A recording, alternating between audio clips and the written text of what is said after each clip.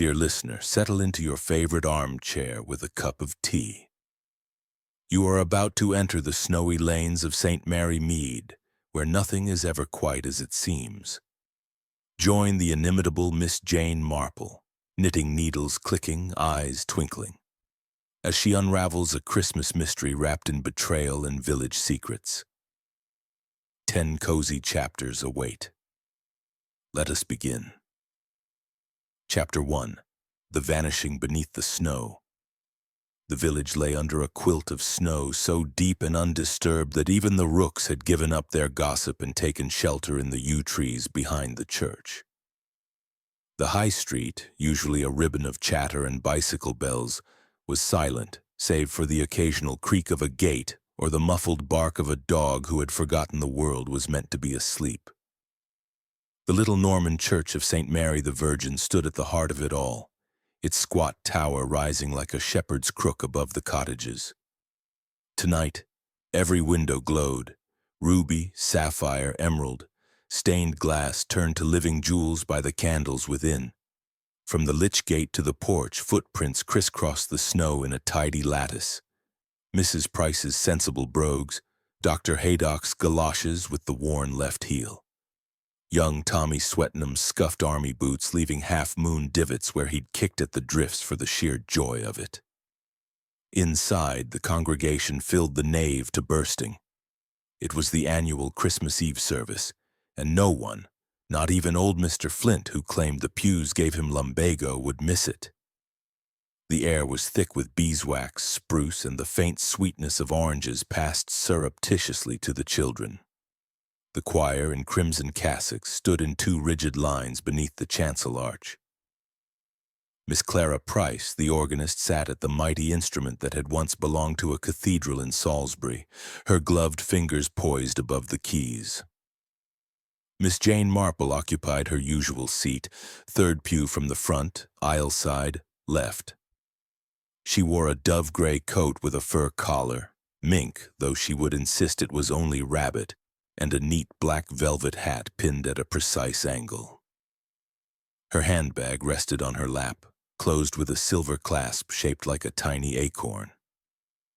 Her knitting lay inside, half-finished, a scarf in soft heathery wool, the pattern interrupted by a single dropped stitch she had not yet noticed. She noticed everything else. To her right sat Mrs. Evelyn Bantry, resplendent in a new sable coat that had arrived by parcel post from London and caused a minor sensation at the post office. Mrs. Bantry's gloved hands were clasped tightly as if in prayer, but Miss Marple noted the way her thumbs rubbed together, a nervous habit she had observed since childhood. 2 rows ahead, Dr. Timothy Haydock coughed into a large white handkerchief. The cough was dry, theatrical, and Miss Marple suspected entirely unnecessary. His wife had died the previous spring, and the doctor had taken to wearing mourning bands on both sleeves, though the accepted period was 6 months, and it was now 9. Reverend Harold Clements stood at the lectern, his surplice as white as the snow outside. He was a thin man with a scholar's stoop and eyes that darted like minnows whenever the collection plate was mentioned. Tonight his voice trembled as he announced the final carol. In the bleak midwinter. The organ swelled. Miss Price's hands moved with the precision of a watchmaker, her foot steady on the swell pedal. The congregation rose, voices lifted, some true, some wavering, all earnest. In the bleak midwinter, frosty wind made moan. Miss Marple's lips moved silently with the words. She had known this carol since she was 5, when her nurse had sung it to her in the nursery at the old manor house. She knew every verse, every pause, every breath. And so she noticed when the lights flickered. It was subtle at first, a dimming as if a cloud had passed over the moon. Then the bulbs guttered like candles in a draught, the stained glass colors dulled to bruised purple. A child whimpered. Someone, Mrs. Dane Calthrop, the vicar's wife, whispered, "The generator again." The generator was an ancient beast housed in a stone shed behind the vestry. It had been installed in 1932 by a well-meaning squire who believed electricity was the future. It coughed, sputtered, and occasionally, especially in damp weather, died altogether. Tonight it died with theatrical flair. The lights went out, not a gradual fade but a sudden absolute darkness, the kind that presses against the eyeballs. The carol faltered, then stopped. In the silence, Miss Marple heard the rustle of coats, the creak of pews, the soft thud of a hymn book slipping to the floor. She did not move. She counted. A match flared, someone lighting a candle. The generator groaned, a sound like a dying ox. The organ gave a single mournful wheeze as Miss Price's foot slipped from the pedal. A woman gasped. Mrs. Bantry, Miss Marple thought. The scent of melted wax grew stronger. A child began to cry. The generator coughed again, louder. A metallic click, sharp, deliberate, from the direction of the altar. The lights flickered back to life. 10. The congregation blinked like owls. The carol resumed raggedly. Earth stood hard as iron, water like a stone. But Miss Marple's gaze was fixed on the altar. The glass case donated by the late Squire Bantry in 1939 to house the Tudor locket was. The locket was gone. The case was a cube of thick glass, no more than 6 inches on each side, set upon a velvet pedestal. It had a brass lock, combination operated, known only to the Reverend and the churchwardens. Inside, until moments ago, had rested the locket, a heart-shaped pendant of rose gold engraved with a tiny Tudor rose. According to family legend, it had been worn by Anne Boleyn's cousin at her wedding to a minor courtier. Inside the locket was a slip of vellum yellow with age, said to contain a coded map to a cache of gold hidden beneath the ruins of St. Mary's Priory during the dissolution. The squire had donated it for the glory of God and the preservation of history. The village had treated it with the reverence usually reserved for relics. Children pressed their noses to the glass. Tourists, few though they were, took photographs. Now the velvet was bare. Reverend Clement's voice cracked as he stepped forward. My friends, the locket, it is gone. A ripple of shock passed through the pews. Mrs. Bantry clutched her sable coat as if it might fly away. Dr. Haydock's cough returned with a vengeance. Miss Price's hands froze above the keys mid-chord. Young Tommy Swettenham, standing at the back with the choir boys, let out a low whistle. Blimey! Miss Marple remained seated. Her eyes moved slowly, methodically across the scene. The altar cloth was undisturbed, no glass shards on the floor. The lock showed no scratches. The pedestal's velvet bore a faint circular impression, exactly the size of the locket's base. 10 seconds, she thought, no more. 10 seconds to open a combination lock, remove the locket, close the case, and retreat unseen in pitch darkness. Impossible, unless... She rose, smoothing her coat. Reverend, she said mildly, might I suggest we dim the lights once more, just for a moment, to see what the thief saw? The congregation murmured. Constable Polk, who had been dozing in the back pew, jerked awake. Now, Miss Marple, let's not... But the Reverend, pale and trembling, nodded. Do as she says. The verger, Mr. Harmon, a retired butcher with hands like hams, shuffled to the switch. The lights died again. Darkness. This time Miss Marple moved. She glided down the aisle, her sensible shoes silent on the stone. At the altar she knelt, her fingers brushing the floor. Cold, smooth, no grit, no glass. She rose, turned, and faced the congregation, black silhouettes against the faint glow of the candlelit Christmas tree in the side chapel. Everyone remain still, she called. Her voice carried the authority of a schoolmistress. Count to 10 aloud. A hesitant chorus began. 1, 2. Miss Marple stepped backward into the shadow of the pulpit. 3, 4. She watched. At 7, a figure shifted, Dr. Haydock adjusting his scarf. At 9, Mrs. Bantry's sable coat rustled. At 10, the lights blazed on again. Miss Marple was exactly where she had started, third pew, aisle side. No one had seen her move.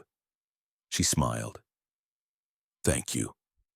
Most illuminating. Outside, the snow had stopped. The churchyard was a vast unmarked page. Constable Polk organized a search party, but the footprints were a hopeless tangle. The generator shed yielded nothing but oil stains and a half-empty tin of biscuits. Miss Marple lingered in the porch, her breath clouding the air. She studied the snow, pristine, except for one set of prints leading to the shed but none away. Backward walking, she thought, in one's own footprints, a trick I learned from my nephew Raymond's detective novels. She bent, brushing snow from a print, size 9, narrow heel. Not the Reverend's broad clergyman's shoes, not Dr. Haydock's galoshes. She straightened, her eyes on the church door. Inside, the congregation was filing out, voices hushed. Mrs. Bantry sailed past, chin high. A disgrace, she declared. My husband's legacy, stolen by some light-fingered villager. Dr. Haydock followed, coughing into his handkerchief. Probably London thieves. Came in with the snow. Miss Price lingered by the organ, gathering her music. Her gloves, black kid with a distinctive tear at the left thumb, lay forgotten on the bench. Tommy Swetnam sauntered by, hands in pockets. Bet it's worth a fortune. Reckon I could have nicked it meself if I'd thought of it. Miss Marple's lips twitched. But you didn't, did you, Tommy? He grinned unabashed. Not yet, Miss M. Chapter 2. The village awakens to whispers. St. Mary Mead woke beneath a sky the color of tarnished pewter. The snow had ceased sometime after 3, leaving the village sealed like a letter in an envelope. No post van would reach them today. The telephone lines sagged under their white burden. Even the rooks had declared a truce with the cold. Yet the theft of the Tudor locket had set every tongue in motion. Miss Jane Marple rose at 7, as was her habit, and performed her small rituals with the precision of a watchmaker. 2 slices of brown bread toasted on the fork over the fire, a spoonful of marmalade from the jar labeled 1946, good year, a pot of China tea steeped exactly 4 minutes. She dressed in her second-best wool skirt and a cardigan the color of heather, pinned her cameo brooch at the throat, and wound a scarf, knitted by her own hand in 1939, twice around her neck. By 8 o'clock she was at her gate, surveying the high street. The snow had preserved every footprint from the night before like fossils in amber. From her cottage to the church, a single set of her own small, neat prints made when she returned home. From the church porch, a chaotic braid of tracks, Mrs. Bantry's elegant court shoes with the Louis heel, Dr. Haydock's galoshes leaving oval craters, Tommy Swetnam's army boots staggering slightly, too much of the vicarage's mulled wine, perhaps. But one set caught her eye, narrow size 9, heel sharp as a knife. They led from the lich gate to the generator shed, paused, then returned along the same line. The return prints were deeper at the toe, weight forward as though the walker had leaned into each step. Backward walking, Miss Marple confirmed. To hide the exit. She knelt, heedless of the damp, and brushed snow from the print. The tread was distinctive, a crosshatch pattern, almost new. Not the Reverend's clerical boots, which were resoled every Michaelmas with plain leather, not the doctor's galoshes. The vicarage was a rambling red brick house built in the reign of Queen Anne, with a leaking roof and a garden that had once been famous for its roses. Today the roses were buried, and the roof, Miss Marple noted, had surrendered another slate to the snow. Reverend Harold Clements opened the door himself, still in his dressing gown despite the hour. His hair stood up in tufts like a worried hedgehog. Miss Marple, you shouldn't be out in this. Come in, come in. He ushered her into the study where a single bar of the electric fire glowed red. The room smelled of damp prayer books and yesterday's cabbage. On the desk lay the church accounts open at a page marked Roof Fund Deficit 247 and the numbers 3-6D. Beside it, a letter from the diocesan surveyor. Urgent repairs required before Epiphany or the nave will be declared unsafe. Miss Marple accepted a cup of weak tea and a slice of seed cake that had seen better decades. "I have come about the locket, Reverend." Clement's hand trembled. Tea slopped into the saucer. "A catastrophe, Miss Marple. The insurance. Well, there is no insurance. The squire's bequest specified the locket must remain on display. In perpetuity," he wrote. "The bishop will have my guts for garters." Miss Marple's eyes flicked to the blotter. A fresh sheet of vicarage notepaper, the top edge torn where a page had been removed. The ink was violet, unusual for the Reverend who favored black. A single blot shaped like a comma. "Tell me about the combination lock," she said mildly. "Only 3 people know it," Clements replied. "Myself, Mr. Harmon the verger, and Mrs. Bantry," she insisted as the donor's widow. "The code is the year of the squire's birth, 1875, simple but effective." Too simple, Miss Marple thought. A child could guess it. She set her cup down. "And the generator? Who tends it?" "Mr. Harmon, mostly, though young Tommy Swettenham helped him last week, said he was good with engines from his national service.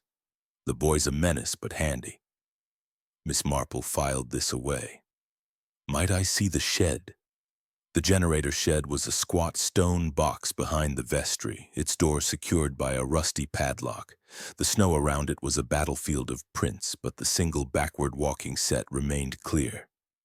Inside, the air was thick with the smell of oil and mouse droppings.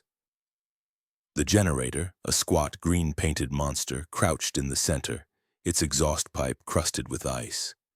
A toolbox lay open, spanners, a torch with a cracked lens, a half-empty tin of biscuits labeled Huntley and Palmer's, assorted. Miss Marple's gaze moved to the control panel, a brass switch, a fuse box, and, newly installed, a small clockwork timer, no larger than a pocket watch. Its face was marked in seconds, 5, 10, 15. The hand rested at 10. She lifted it gently. Beneath, a scrap of paper. Tested 23-12-48 TS. Tommy Swettenham's initials. By 10 o'clock, the village was astir. Constable Polk, round, red-faced, and perpetually apologetic, trudged from cottage to cottage with his notebook. At the Bantry cottage, a Queen Anne doll's house of a place with a monkey puzzle tree in the garden, Mrs. Evelyn Bantry received him in the drawing room. The sable coat hung on a stand by the door, still shedding snow. "I was in my pew the entire time," she declared. "Ask anyone. The lights went out, the lights came on, the locket was gone. Clearly professionals, London thieves taking advantage of the weather." Constable Polk wrote laboriously. "And the combination, ma'am." Mrs. Bantry's thumbs rubbed together. 1875, my late husband's birth year. I insisted on the glass case myself. Petherick the jeweler made it. Bulletproof, he said. Yet not thief-proof, Miss Marple thought, arriving unannounced with a jar of blackberry jam as a pretext. Mrs. Bantry's eyes narrowed. "Miss Marple, always poking your nose in." "Only returning your hymnal, my dear." Miss Marple produced the book from her bag. "You left it in the pew. Page 42, once in Royal David City. Your bookmark is a pressed violet. From the Priory ruins, perhaps." Mrs. Bantry flushed. "I walk there sometimes. For the air." Miss Marple's gaze drifted to the mantelpiece. A photograph.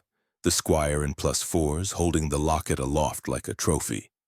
Behind him, the Priory ruins, crumbling stone, ivy, and a distinctive yew tree shaped like a question mark. Dr. Haydock's surgery was next. The waiting room smelled of iodine and despair. A single patient, old Mrs. Finch with her bunions. sat knitting balaclava helmets for sailors who would never wear them. The doctor received Miss Marple in his consulting room, where a skeleton grinned from the corner and a jar of leeches gathered dust on the shelf. "I was treating Miss Price's rheumatism when the lights failed," he said, adjusting his spectacles. "My nurse can confirm." Miss Price was at the organ, Miss Marple thought, not in the surgery. Aloud she said, "Your cough, doctor, most persistent." He flushed. "Bronchitis, the damp." On his desk, a betting slip from Epsom dated December 20th. 50 on lucky lad. To win. A red line through it. Miss Marple's eyes softened. "Gambling is a cruel master, doctor," he started. I don't know what you mean." Miss Clara Price's cottage was the last before the forge. It was a tiny place, once the gamekeeper's lodge, with a thatched roof and a garden full of lavender even in winter. Clara opened the door in her dressing gown, her hair in pins. "Miss Marple, at this hour?" "I've brought you some of my plum jam," Miss Marple said, stepping inside. The cottage was warm, scented with beeswax and sheet music. On the table, Beethoven sonatas, a half-finished embroidery of the Priory ruins, and curious, a jeweler's loop. Clara flushed. "I mend spectacles for the parish. A hobby." Miss Marple's gaze fell on the gloves draped over the chair. Black kid, left thumb mended with black thread. The tear was fresh, the stitches hurried. "Your hands were cold last night," Miss Marple observed. "Yet you played beautifully." Clara's fingers twisted. "I loved him, you know. The squire's nephew, Leonard. He promised we'd run away to Canada. Said the Locket's map would buy our passage, but he laughed when I showed him the rubbing I'd made. Called me a fool." Miss Marple's voice was gentle. "So you forged a copy?" Clara's eyes filled. "Brass, painted gold. I swapped it weeks ago to protect the real one. But last night, someone took the real locket from the organ pipes where I'd hidden it." Young Tommy Swetnam was at the forge, helping Mr. Black the smith shoe a cart horse. His sleeves were rolled, his face smutted with soot. "Morning, Miss M," he called cheerfully. "Fancy a go at the bellows?" Miss Marple declined. "Your boots, Tommy. Clean this morning, yet muddy in church last night. You changed them?" He grinned. "Spilled mulled wine on the first pair. Had to borrow Dad's. Size 9, same as mine." Size 9. Miss Marple's heart skipped. "And the generator timer?" Tommy's grin faltered. "Just a bit of fun. Rev wanted the lights to flicker for effect. Said it'd make the carols spooky. Set it for 10 seconds. Didn't know it'd cover a robbery." By noon, Miss Marple returned home. The village buzzed like a hive. Mrs. Dane Calthrop organized a search party. The WI ladies baked scones for the searchers. Constable Pauk telephoned the county police, only to learn the roads were impassable until the new year. Chapter 3. Footprints that lie St. Mary Mead remained snowbound, the lanes now narrow white tunnels between hedgerows. The church stood sentinel, its tower a dark exclamation against the pale sky. Miss Jane Marple arrived at 9 sharp, armed with a borrowed broom and a thermos of cocoa. Constable Pauk had declared the building sealed pending investigation. But the padlock on the generator shed had yielded to her hairpin with gratifying ease. Inside, the air was sharp with cold and the ghost of oil. She swept snow from the floor in slow arcs, revealing more than footprints. A scatter of pine needles, brittle and dark. A single brass button etched with a fox's head. A torn scrap of violet notepaper matching the vicarage blotter. The timer lay where she had left it. She wound it gently, tick, tick, tick, set the hand to 10, and pressed the lever. The generator lights in the church flickered once, then died. 10 seconds later, they flared back. Exactly. She pocketed the pine needles and the button, then locked the shed behind her. At the organ loft, Miss Clara Price was practicing scales, her breath visible in the frigid air. She started when Miss Marple appeared on the ladder-like stairs. I thought the church was closed. Only to the careless, Miss Marple replied. She climbed the last step and surveyed the loft. Music stands, a paraffin heater, a small nest of blankets where the choir boys napped during long sermons. The organ pipes rose behind like silver giants. Miss Marple ran a gloved finger along the lowest bass pipe. Dust, then a smudge of gold paint, fresh. Clara's hands fluttered. I hid the real locket here in the C-pipe, wrapped in my red scarf, but when I checked this morning, her voice cracked. The scarf was blue, Tommy's.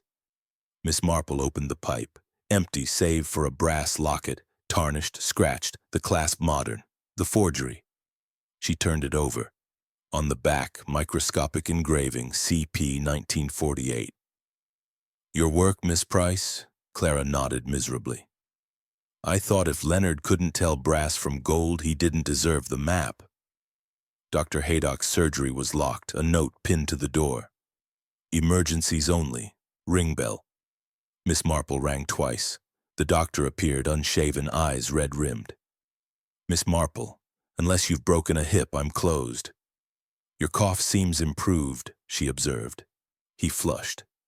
Miraculous recovery. She produced the brass button. From your coat, I believe, found in the generator shed. Haydock snatched it. I must have dropped it when I checked the fuses last week. Last week the shed was locked. You have a key? He hesitated. The Reverend lent it to me for the Christmas lights.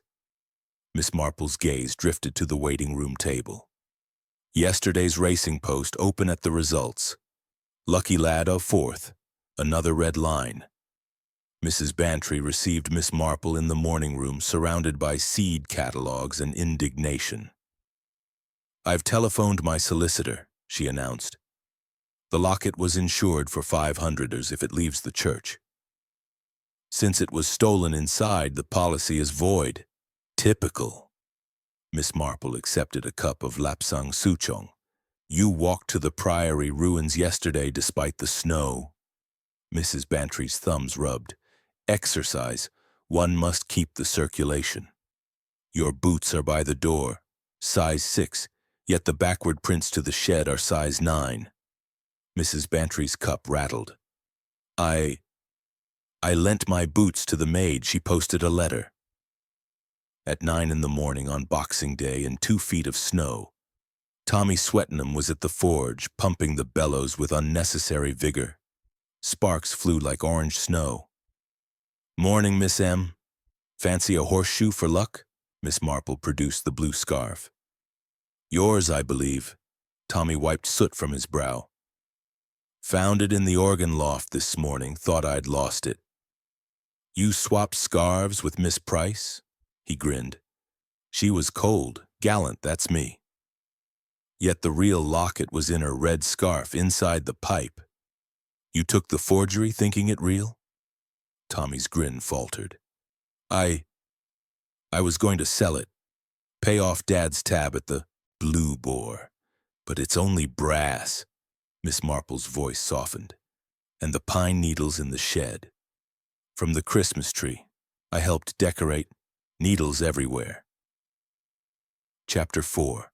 The Forged Locket. The snow had hardened overnight into a crust sharp enough to bear a man's weight, but not a secret. St. Mary Mead buzzed with one topic only, the locket. At 2:30, young Billy Finch, choir boy, errand runner, and possessor of lungs like a town crier, burst into the Blue Boar shouting, "They've found it in the font!"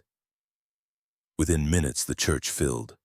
The glass case still stood empty on the altar, but in the stone font, where generations of St. Mary Mead babies had been christened, lay a brass locket wrapped in a blue scarf.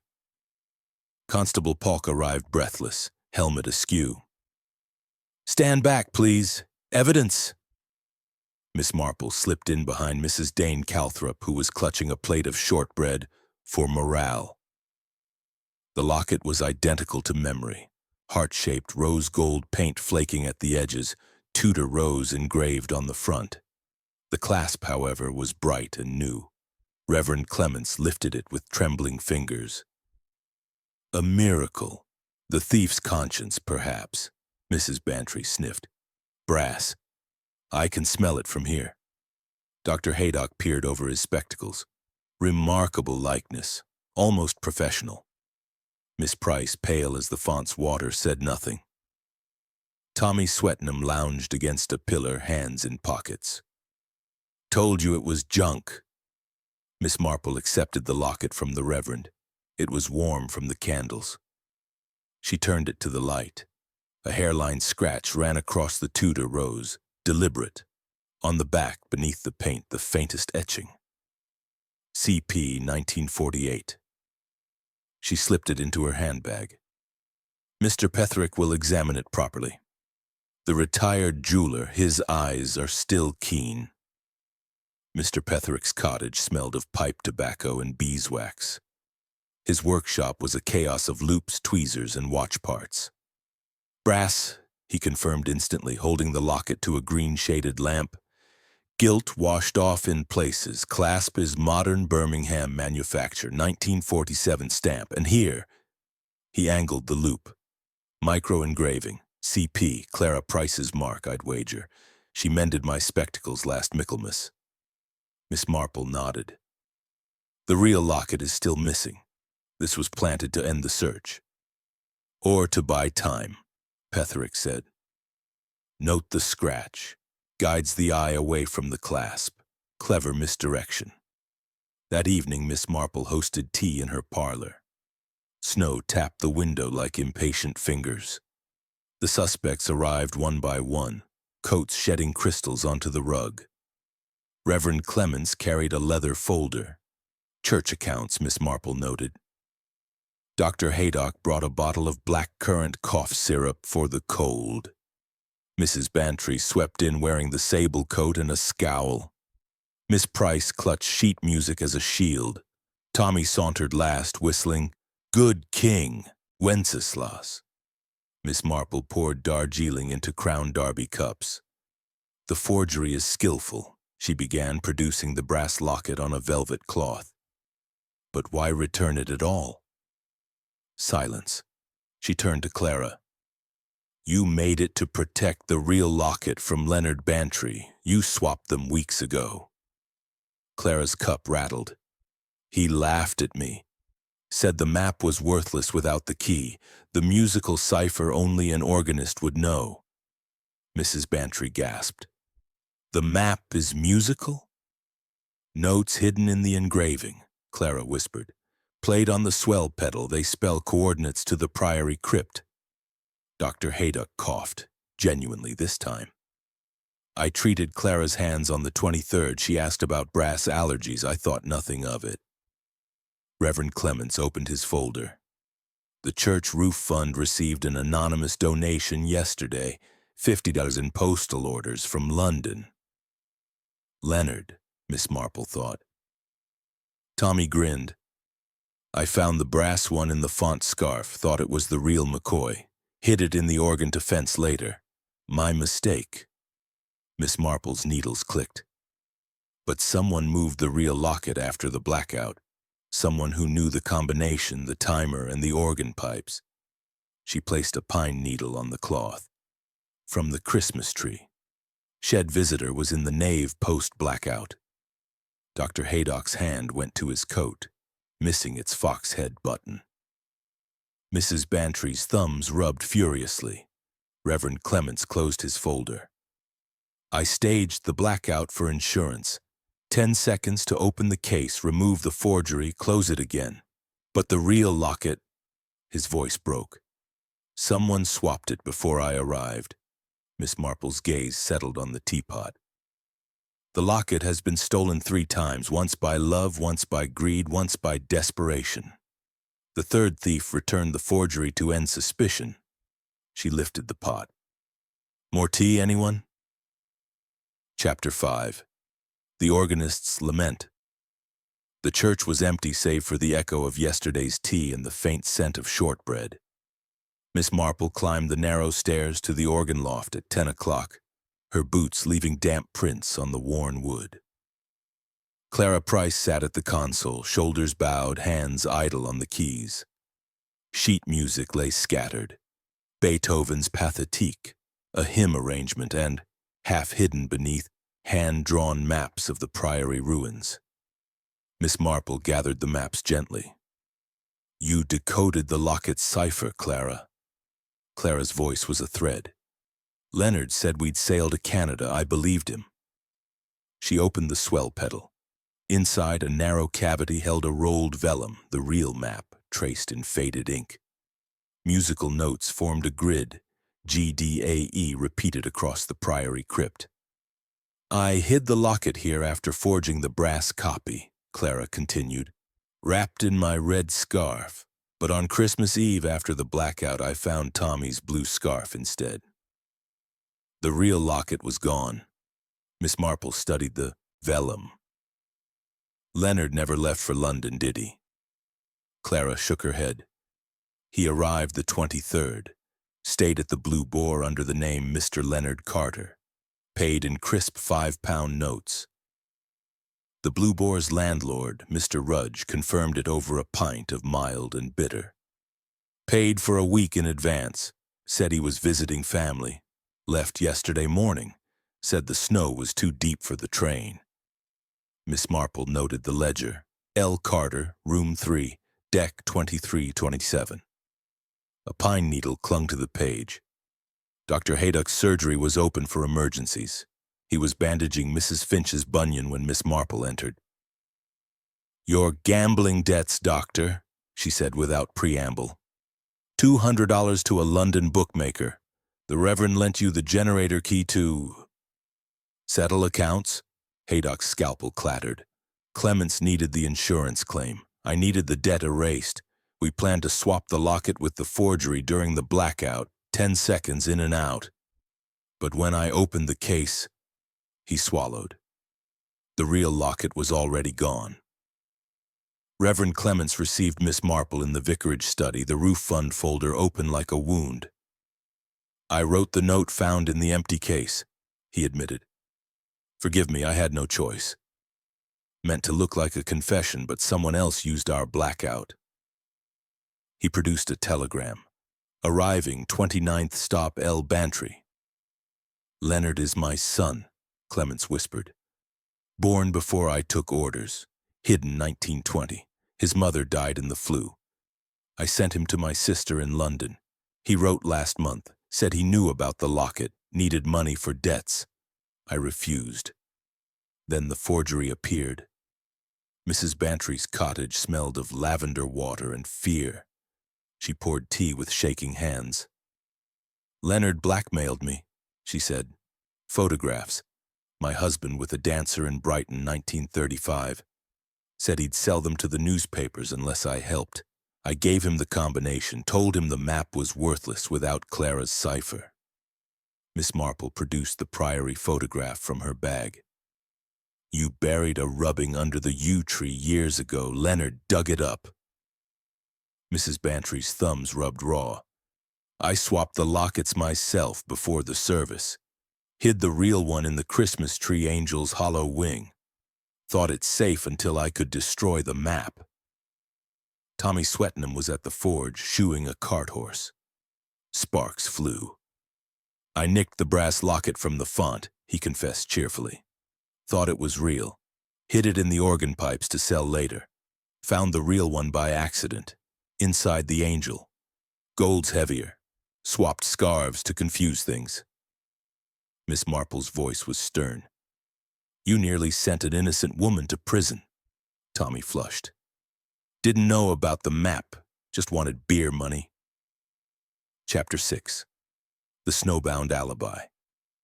The village slept under a moonless sky, every chimney silent. Only the church windows glowed faintly, lit by Miss Marple's lantern and the red eye of the paraffin heater. Inspector Craddock had arrived by sled at dusk, summoned by telegram.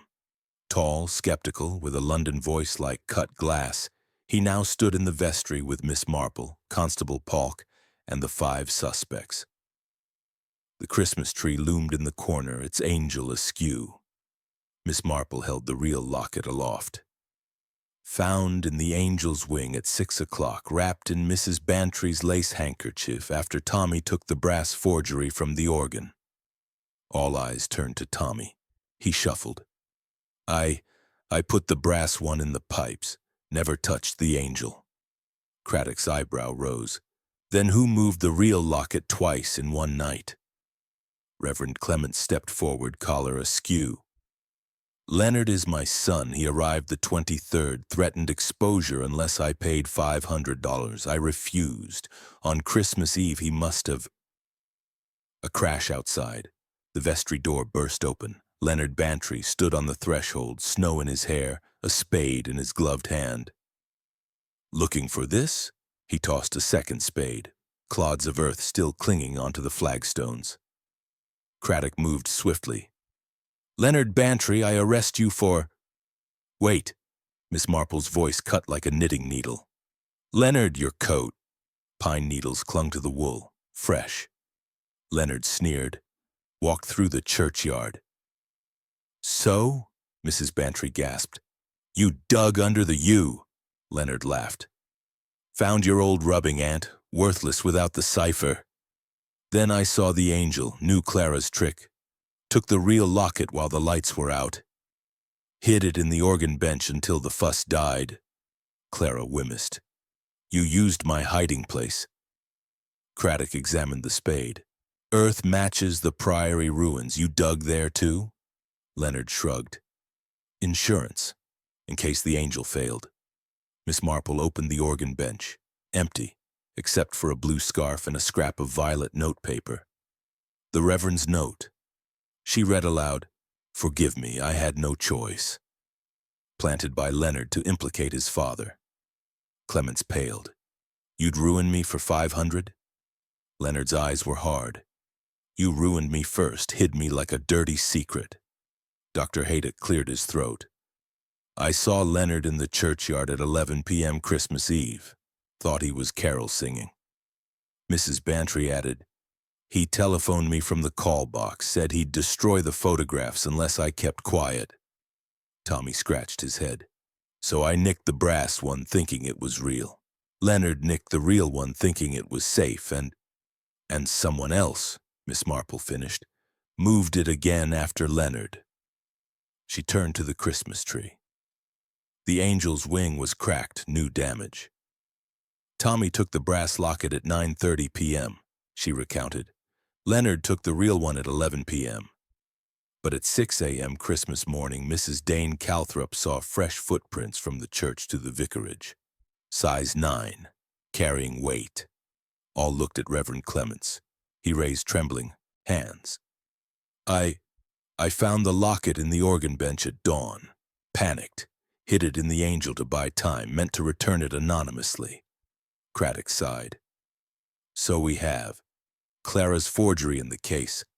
Tommy's brass in the organ. Leonard's reel in the bench, then angel, Reverend's final hiding. Miss Marple smiled. 4 swaps, 4 motives, love, greed, shame, fear. The locket traveled in a perfect circle, altar, organ, bench, angel, because every thief trusted village routines.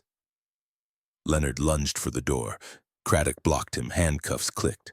Outside, the snow had stopped.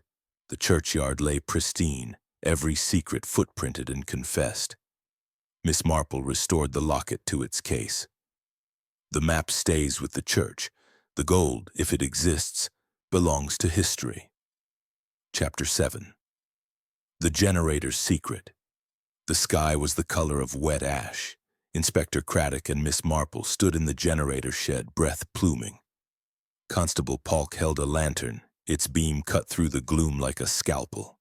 The generator crouched, silent now, its green paint blistered with rust. On the floor lay the clockwork timer, smashed. Beside it a torn betting slip, 200's Lucky Lad 28-12-48. Craddock lifted the slip. Haydock's debt doubled overnight. Miss Marple knelt, heedless of her skirt. Beneath the timer, a brass key on a red ribbon, the vestry duplicate. She turned to the Reverend, who hovered in the doorway like a ghost. "You kept this key in your study, Reverend." "Leonard took it." Clements nodded miserably. "He rifled my desk the night he arrived. I thought it was for the collection box." At 7, Dr. Haydock was dragged from his surgery in carpet slippers. His face was gray. "I paid Leonard $100 to keep quiet about the debts," he confessed in the vestry. "He promised to return the locket after fencing the map. When it vanished from the bench, he demanded another $100, said I moved it."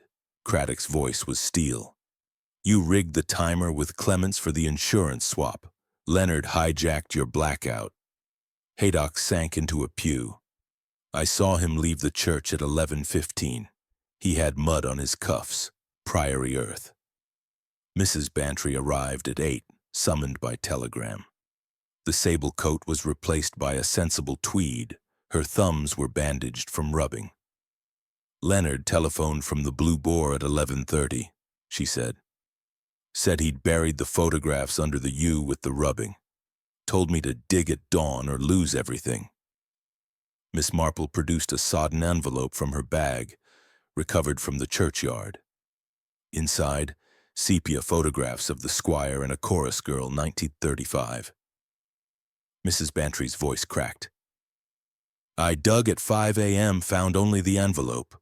Leonard had already taken the locket from the angel, left the photographs as bait." Clara Price played the organ softly. GDAE, the cipher's loop.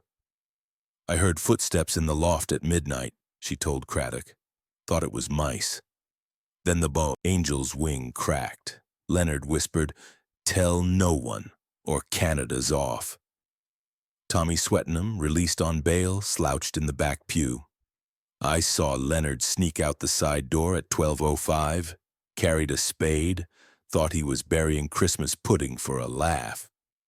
At 9, Miss Marple gathered them in the chancel. The glass case gleamed empty. The Christmas tree stood forlorn, needles carpeting the floor. She held up the smashed timer. "Leonard set this to 15 seconds on the 28th. Long enough to return to the angel, remove the locket, and exit via the vestry, but someone followed him." She produced a second key, this one bent. "Found in the collection plate. Tommy's boot heel print matches the dent. You followed Leonard, saw him take the locket, and—" Tommy flushed. "I grabbed it off him in the churchyard. Thought it was still brass. Hid it in my pocket, then panicked and shoved it into the font scarf at dawn. That's when I planted the brass forgery to confuse things." Craddock shook his head. "So the real locket was in the font all along?" Miss Marple smiled. "No. Tommy took the real one at 12:10 a.m. Leonard retrieved it from the font at 3 a.m. After Mrs. Bantry's failed dig. He hid it in the generator shed inside the biscuit tin." She opened the tin. The locket lay nestled between two broken digestives. Leonard, handcuffed in the vestry, laughed bitterly. "Father Dear staged a theft. Dr. Dear staged a blackout. Aunt Dear staged a burial. I just took what was mine." Reverend Clements wept silently. "I forged the insurance claim. Haydock forged the timer. You forged a family." Miss Marple restored the locket to the case. 5 thieves, 5 hiding places, case, organ, bench, angel, shed. The locket never left the church grounds because no one trusted the snow to hide their tracks. She turned the combination lock. 1875. Click. The map stays. The gold, if it exists, will be dug for legally under diocesan supervision. Debts will be repaid. Secrets will be buried properly. Outside, the sun rose weak and pink. The snow began to melt, revealing the churchyard's chaos of footprints, overlapping, betraying, finally telling the truth. Chapter 8. The Betrayal Beneath the Yew. The churchyard was a chessboard of moonlight and shadow. The ancient yew, planted, legend said, by a monk fleeing the dissolution, spread its black arms over a patch of churned snow. Miss Marple waited beneath it, shawl tight, lantern dimmed. Inspector Craddock crouched behind the headstone of Amos Flint, D. 1897. Constable Polk guarded the lich gate, whistle ready. At 12:03 a.m., footsteps, deliberate size 9, crunched from the vestry path. Leonard Bantry appeared, spade over shoulder, collar turned up. He knelt at the yew's roots, drove the blade deep. Thunk! Miss Marple stepped forward. "Looking for this?" She held up the real locket, chain glinting. Leonard froze. "You meddling old—" Craddock rose. "Leonard Bantry, you're nicked." Leonard swung the spade. Craddock ducked. The blade rang against stone. Polk's whistle shrilled. In the struggle, Leonard's coat tore, revealing a second locket, brass, tucked inside his waistcoat.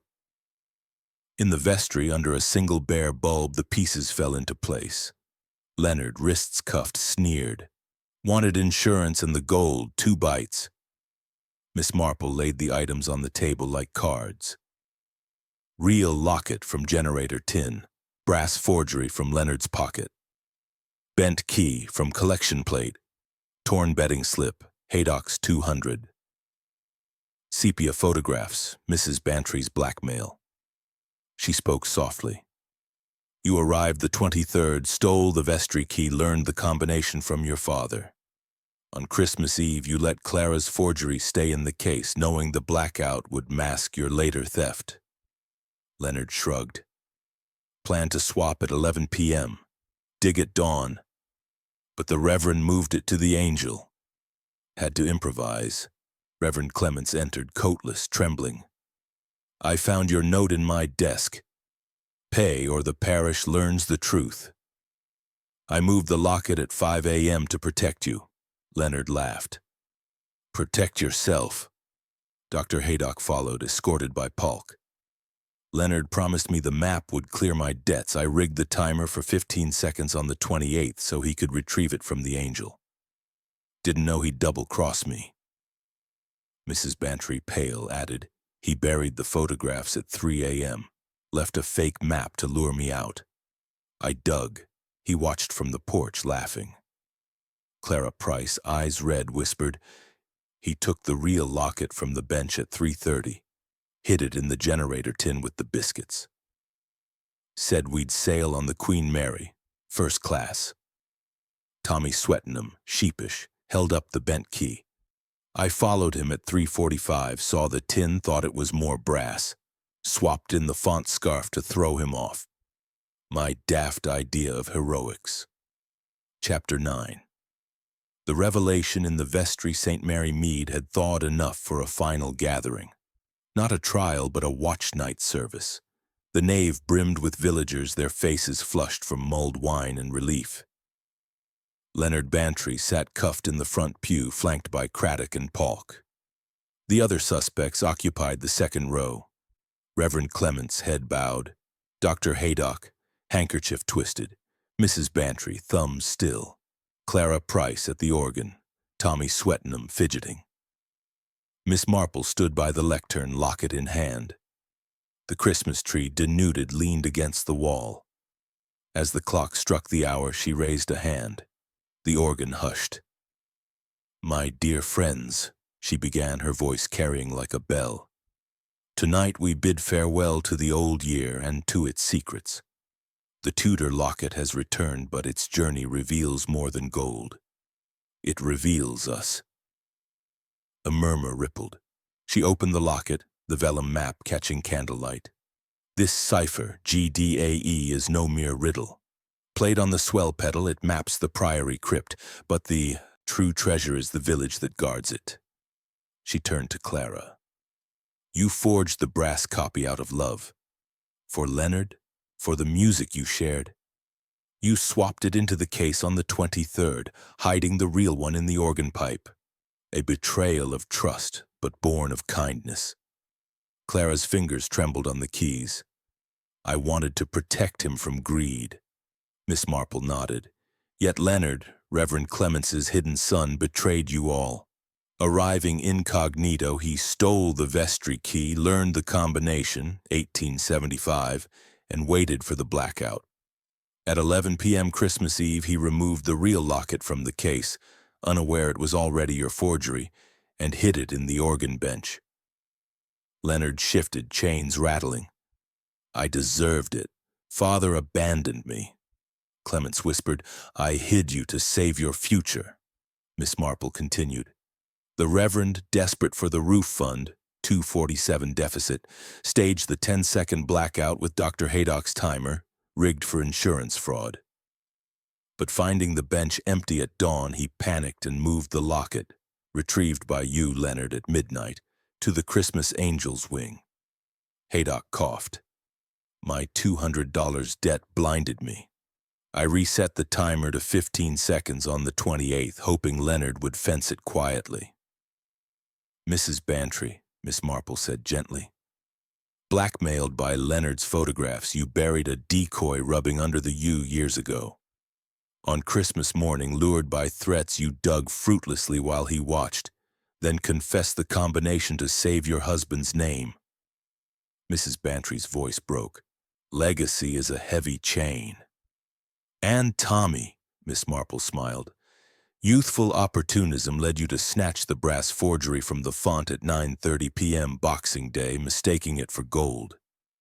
You hid it in the organ pipes, then, heroically, if foolishly, followed Leonard at 3:45 a.m. on the 29th, swiping the real locket from the generator tin and planting it back in the font scarf to confuse him. Tommy grinned sheepishly. Worked, didn't it? Miss Marple closed the locket. 6 betrayals in a circle: love, Clara's swap; greed, Leonard's theft; fear, Reverend's hiding; desperation, Haydock's timer; shame, Mrs. Bantry's dig; mischief, Tommy's plant.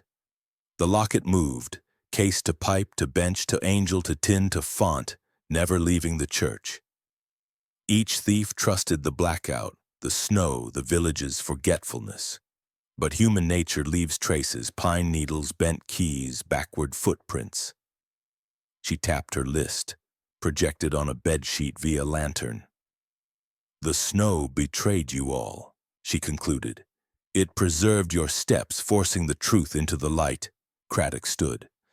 Leonard Bantry, theft, blackmail, 5 years minimum. The rest, cautions, restitution. Reverend Doctor, bishop's discretion on fraud. Leonard lunged. The gold's real.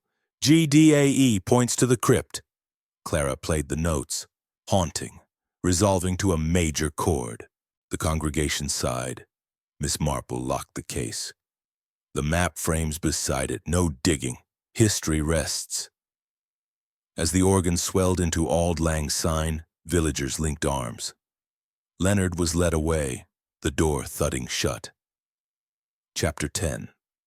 Tea and Restoration, St. Mary Mead had shaken off the old year like a dog shedding snow. The lanes ran with meltwater, rooks wheeled overhead, scolding the sun. The church roof, patched with emergency tarpaulins, no longer wept into the nave. In the vicarage dining room, a long table groaned under the weight of village goodwill. Mrs. Dane Calthrop's seed cake, Mrs. Finch's lemon-curd tarts, Mr. Black the Smith's pork pie, and, center stage, Miss Marple's own Victoria sponge dusted with sugar like fresh powder. The suspects sat in a loose circle, no longer cuffed or cornered but chastened. Leonard had been taken to the county jail at dawn. The others remained under caution, free until the assizes. Reverend Clements poured tea with steady hands. Anonymous donations, 300, arrived by post this morning, enough for slates and a new beam. Dr. Haydock placed a check beside the teapot. 150, my savings. The rest I'll pay in free clinics. Mrs. Bantry added a velvet pouch. The squire's cufflinks, gold. Sell them for the roof. Clara Price set down a small leather case. My grandmother's pearl brooch, and I'll play every wedding and funeral gratis for a year. Tommy Swettenham slid across a crisp 5-pound note. From selling Dad's old bicycle, more to come. Honest work at the forge. Miss Marple smiled over her cup. Redemption, like knitting, begins with a single stitch. The locket hung in its glass case, newly polished, the vellum map framed beside it under a brass plaque. History preserved, not plundered. St. Mary Mead, 1949. Villagers filed past all morning, touching the glass for luck. Children pressed noses to the window. Constable Paulk stood guard, helmet polished, pride restored. Inspector Craddock lingered by the font. "You unraveled 6 thieves with tea and observation, Miss Marple," she chuckled. "Human nature is the real mystery, Inspector. Snow merely photographs it." At noon, the WI ladies arrived with bunting. Mrs. Dane Calthrop strung paper chains across the chancel while Clara played a bright Greensleeves. Tommy helped Mr. Harmon rehang the church door, hinges oiled and true. Dr. Haydock vaccinated 3 babies in the vestry, no charge. Mrs. Bantry cornered Miss Marple by the Christmas tree stump. "I've written to the bishop, full confession. The photographs are burned." Miss Marple patted her hand. "We all bury things, my dear. Some in earth, some in forgiveness." Afternoon tea stretched into twilight. The fire settled into embers. Outside, the first star pricked the sky. Reverend Clements raised a cup of cocoa.